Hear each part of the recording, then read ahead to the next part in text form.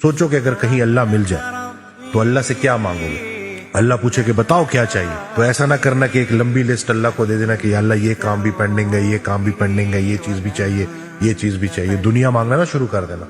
अल्लाह अगर मिल जाए और अल्लाह पूछे कि क्या चाहिए, तो आपकी जुबान पे एक ही बात होनी चाहिए कि अल्लाह आपकी रजा चाहिए।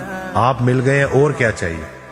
तो बादशाह अगर आपका हो गया तो पूरी बादशाही आपकी है। तो ये बात समझनी है कि जब हम इस नीयत से अल्लाह से दुआ मांगते हैं और दुआ को जिद नहीं बनाते, प्रोटेस्ट नहीं बनाना, दुआ को इसलिए मांगना है कि दुआ हमें अल्लाह के करीब करने का बहुत प्यारा जरिया है। दुआ जो है ना, इससे बहुत सारी मुसीबतें, बहुत सारी बलाएं टल जाती हैं। तो इसको उस तरीके से लेके चलना है, उस तरीके से दुआ मांगनी है कि जिसमें आपको क्लैरिटी हो कि जो आप अल्लाह से मांग रहे हैं वो आपके हक में बेहतर है।